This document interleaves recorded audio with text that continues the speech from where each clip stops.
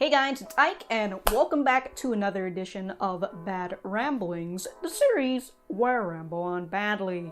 In this video, we are going to be talking about a Yuri manga called Yuri Is My Job. Honestly, I kind of wish that was my job title. If somebody came up to me and asked, "Hey Ike, what do you do for a living?" And I just look at them and I say, "Yuri."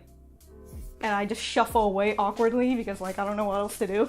A little bit of a backstory, I saw this manga on Amazon a few months back, and obviously I decided to pre-order it because if I see anything that is Yuri related that I can buy in physical form, I will do it. So I got the first volume and I read through it, and I had some mixed feelings about it. But I didn't know whether I should make a video about it or not because I felt like there wasn't enough content at the time, and I just kept pushing it along with all of my other fucking stuff that I keep pushing back. And finally, volume 2 came out, and I was like, oh shit, I'm a little bit late, so whatever, might as well just read the second volume. And yeah, here we are now. Here I am making this video because the second volume is a whole lot better than the first. So, what is Yuri Is My Job about? Let me just read you the summary because I'm always terrible at summaries. Hime is a picture-perfect high school princess. She is admired by all and never trips up. So when she accidentally injures a cafe manager named Mai, she's willing to cover some shifts in order to keep her facade intact. To Hime's surprise, the cafe is themed after a private school where the all-female staff always puts on their best act for their loyal customers. However, under the guidance of the most graceful girl there, she can't help but blush and blunder. Beneath all the frills and laughter, Hime feels tension brewing as she finds out more about her new job and her budding feelings. The highly anticipated romantic dramedy from the Yuri magazine that brought you Yuri and Citrus. A little bit of an off topic, but I've been loving these summaries, and then they always have a little quip towards the end of it, and that quip always has to do something with citrus, you know? It's either gonna be from the Yuri magazine that brought you Citrus, or the best Yuri the best Yuri yet since Citrus, or something related to Citrus. It's always something like that, and I find it funny because, Citrus has become such a big thing in the Yuri community, and marketers see that, so then they're trying to fucking plug in Citrus in order to get you to buy it. It's like, ooh, it's kind of like Citrus, ooh, I'll buy it. Before we get started, I just wanted to say that if you guys have been enjoying these bad ramblings, please remember to leave a like and a comment down below. They help my videos out tremendously, and I always love talking to you guys. Anyways, let's get on to the spoiler-free review. Wait, when did I started doing spoiler-free reviews for my bad ramblings? Whatever. Yeah, so the spoiler-free review is that this is, in a sense, kind of similar to Hungry for You, Endo Yasuko's Stalks the Night. I always have to say the subtitle. But it's kind of similar in that it gets better in the second volume. And the thing with that is because the first volume is just here for the world building, for the introduction of all the characters, and the introduction of the drama, the problem that we're gonna face in volume 2. So, kind of like what I said in the previous Bad Ramblings, the first volume is just here for the platform for you to stand on when you get knocked off your feet in the second volume. And I gotta say, the second volume is pretty good in terms of the whole fucking drama shit. So my obvious recommendation is to buy both of these volumes instead of just buying the first volume to see how it is. I would say buy both of them and just give both of them a go because, as I said again, volume 1 is just here to build the platform. Volume 2 is here to knock you off your feet. The cafe concept was a bit weird when it was introduced, and I didn't really get it at first. They were playing a role of a student from this private prestige high school, an all-girls school that nobody else here attends except the girls here at the cafe, but that's not their actual school, they're they're fake playing as students from another school. Once you get the hang of that and you start to understand the cafe, all of the characters that play in the role of all these students, you know, the workers there at the cafe, they all play a stereotype. In a way, you know, it's just a mangaka's way to poke fun at it, but it's not to just insult it or anything, you know, it's just, hey, look at these stereotypes, it's pretty funny, but, you know, these are kind of the stereotypes we've come to fucking love in Yuri mangas. You're gonna notice a theme with this manga, for me personally, is that, you know, I didn't really like the characters as much. I didn't really, you know, think much about the concept of the cafe within volume 1, but then when volume 2 came, I like everything just kind of clicked for me and I really enjoyed everything. So let's talk about Hime. I thought she was average at best because she's just at first it felt like she's just your run-of-the-mill character who puts on a facade, so they're like nice to everybody on the outside, but on the inside they're manipulative, they're always scheming for something, you know, they're always trying to get something. So that was Hime, and she made her reason pretty clear, and that is she wants to be a trophy wife. She wants to be a trophy wife of some rich dude, you know, she's she's fucking money hungry, I guess. But as the chapters continue in volume 1, you find out that she has a trauma that she's experienced in her past with this other girl who quote-unquote betrayed her. Essentially, this other girl called her out to the rest of the class and said that she was a liar, and because of that, her entire classmate for the rest of the school, her elementary years, knew that she was a liar, and you know, they treated her as such. Hime showcase an abnormal amount of anxiety whenever she thinks that somebody might see through her facade, and that to me feels like, you know, that trauma that she had before really fucked her up, but at the same time, it makes you wonder why she has this idea in the first place, you know, there has to be some kind of roots within her family that makes her think like this, and I thought that was really interesting, and so, yeah, I really enjoy Hime's character, especially in volume 2. And then there's the other main character, Yanou. I also thought she was pretty okay, although slightly a little bit better than Hime at the start, because she is strict, she loves yelling. Seems like it's her hobby. She yells at Hime a lot, but at the same time, she doesn't treat Hime different, or, you know, she doesn't treat Hime different. She doesn't treat her like all the other people that would give her that special treatment when Hime puts on her facade. So I thought, okay, that's pretty nice. And then later, in volume 2, we find out, although not very surprising, that she is just a giant tsundere. A very aggressive tsundere, but a very good tsundere. I always enjoy tsunderes. Unless they're like physical tsunderes. I don't really like physical tsunderes as much. I don't really think you should go around slapping people because you're misunderstanding them. Just saying. For the other characters, I feel like we don't have enough depth on them because the first 2 volumes are more focused on our 2 main characters. However, towards the end of volume 2, we have a little foreshadowing of our other side characters. So what I'm hoping is that in volume 3, we're gonna have more focus on the side characters. So yeah, there you go.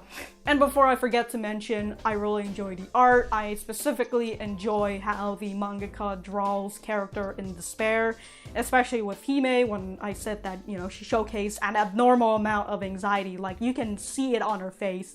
And throughout volume 1 and 2, volume 1, I felt a little bit of a secondhand embarrassment, so I kind of have to like skip over some pages and then go back to them later just because I need to know the end result before I see somebody embarrass themselves. But other than that, once volume 2 clicked in, I don't know, I felt my heart thumping, like that the drama within this was starting to get to me, and it's kind of like, it's the good drama that I kind of like. It's kind of like, ooh, I really want to know what's gonna happen next. And so I really enjoyed this drama, and it kind of solved itself within the second volume, and seems like we're gonna be heading on to a different kind of problem in volume 3. I don't know what else to say in this spoiler-free review, so we're just gonna head over to the spoiler arena. If you guys haven't read this yet, I would recommend you do. And other than that, yeah, we're just gonna be heading over to the spoiler arena, which apparently is to my left, I guess. So, the first volume introduced us to a little bit of a mystery as to who this girl is that betrayed Hime in the past, although when they showcase her face, the girl's face back in her elementary years, and then we get to see Yanou. It's pretty obvious. The reader should be like, I think Yano's the elementary school, the childhood friend who betrayed her, but whatever. So we have that whole mystery within the first volume. When I really think about the first volume, I kind of did like it. It's just there was a little bit more of a secondhand embarrassment that makes me like want to back away from this manga, but that's just a thing with me personally. I don't really think that volume 1 is too bad of a manga. So we have that mystery, and that mystery gets solved towards the end. Of course, it's fucking Yanou. I forgot to mention that Hime does know Yanou's name, but she just didn't know that Yanou was her One-san. And when I say One-san, both of them are in a sister pack because of the whole fucking trope of Yuri in a private prestige high school, Strawberry Panic and all that, sister pack. So that mystery gets solved, and the drama gets turned up by 10 once the second volume starts. And the thing that I really appreciate about the second volume is that in the first chapter, it showcased the entire situation that happened in elementary. It gives the reader the entire story instead of sprinkling it here and then for us to try to piece together. So I really appreciate that. Like, thank you for giving me the entire story instead of just making me try and guess for it. So Hime finds out that this is indeed Yanou, the girl who betrayed her in elementary, and her anxiety gets fucking boosted up by 10 million, because why the fuck not? This is the girl that exposed her to everybody in her class, and everybody knew her as a liar at the time. So, this girl can break her facade. And we have the whole misunderstanding that Hime thinks that Yanou hates her, because obviously the whole betrayal thing, all the while Yanou thinks that Hime betrayed her. It's kind of a simple drama concept. We go through the drama for maybe like 1 or 2 chapters before Yanou's like, yo, we need to talk. And both of them have a conversation. And that's one of the things that I forgot to mention. These two actually communicate with each other. They did communicate with each other in the first volume when Yanou realizes that something is wrong, and that's why she took Hime to the back to talk to her about it. And then, the mystery dissipates and the drama begins yet again. So in the second volume, they both have a one-on-one conversation where they both talk about what happened in elementary. Yanou says Hime betrayed her. Hime is over here like, I didn't betray you. I only did it in order to protect you, because back in elementary, they were both going to do a piano recital together. However, the girls in the classroom didn't like Yanou, so they made rumors saying that Yanou forced Hime into the piano recital, and Hime, for some reason, thought that it's a good idea, and it's also to protect Yanou by quitting the piano recital instead of doing the piano recital and proving them wrong. Honestly, that whole situation right there, it's a little bit fuzzy. It's like in the gray area for me. Like, why didn't you just do the piano recital? Whatever. It must be something that I don't understand. After she gets told that by Hime, Yanou's over here like, oh my god, you actually did that to protect me. You weren't actually betraying me or anything. And the tsundere just goes full dere mode, which is absolutely cute. But the Yuri-licious thing that is revealed in volume 2, which is obvious, is that Yanou is in love with Hime. Because, of course, she's her friend. And honestly, it's a little bit hard to see it, but who can say no to that face? What a great tsundere face, or at least that's the dere part of the tsundere.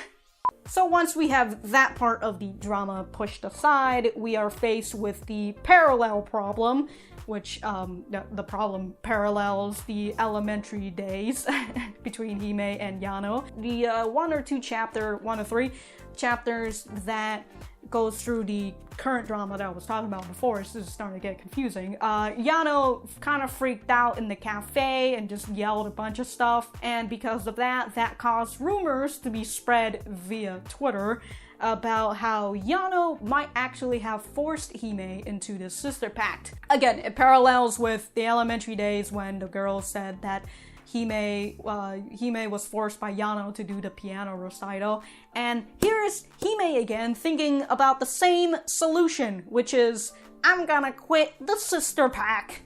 Okay? No, whatever, you do you, Hime. I don't understand why that is your solution, but you fucking do you. Don't even talk to Yanou about it. Sure, whatever. But eventually, Yanou quickly finds out about the rumor, and then she witnessed this giant colossal scene where Hime is also yelling in the cafe, and like what I said, she's trying to give up on the sister pack, and then Yanou's over here like, no, I like you. Essentially, it was a confession scene for Yanou, and the entire rumor is dispersed because, wow, it seems like both of them were actually into this whole sisters pact thing. My favorite part of the second volume is, after all that fucking drama, Hime's over here like, man, I'm really glad that we could become friends again, you know? We could start over as friends. And Yanou just glares at her like, excuse me, what the fuck? Whether Hime understands that the like is indeed a like of romance and not a like in friendship, who knows? Probably not. We gotta extend the romance somehow. On an off note, I find it funny that even though Yanou is over here like feeling betrayed by her two-faced friend, but she gets a job where she puts on a facade in front of other people. I guess Hime dug her roots deep. And finally, towards the end of Volume 2, we are showcased with Kanoko's obsession with Hime, although we kind of already know that in the first volume, that she takes a whole bunch of fucking pictures of Hime, and because she likes Hime, she's obviously not very into Yanou and Hime being a sister pact and in the whole confession scene. So I guess since we had the confession scene and the drama is all done, we gotta get introduced to the second drama, which is going to be a love triangle. Because of course, you know, of course. Honestly, when I first saw this manga and I read the summary of it, I thought it was just going to be a giant fucking tease fest. You know, it's like, oh, maybe there's Yuri elements, maybe there's not, you know, it'll be like Saki, where there's just this giant Yuri element just floating around, but it never really gets anywhere. But I'm glad that there are actual Yuri elements within this manga, and I thoroughly enjoy it. I thought the drama was bearable, it wasn't, like, overbearing. Well, Ike, that's what bearable means. Oh, thanks. Anyways, I feel like I've rambled on for too long, so I'm going to end this here.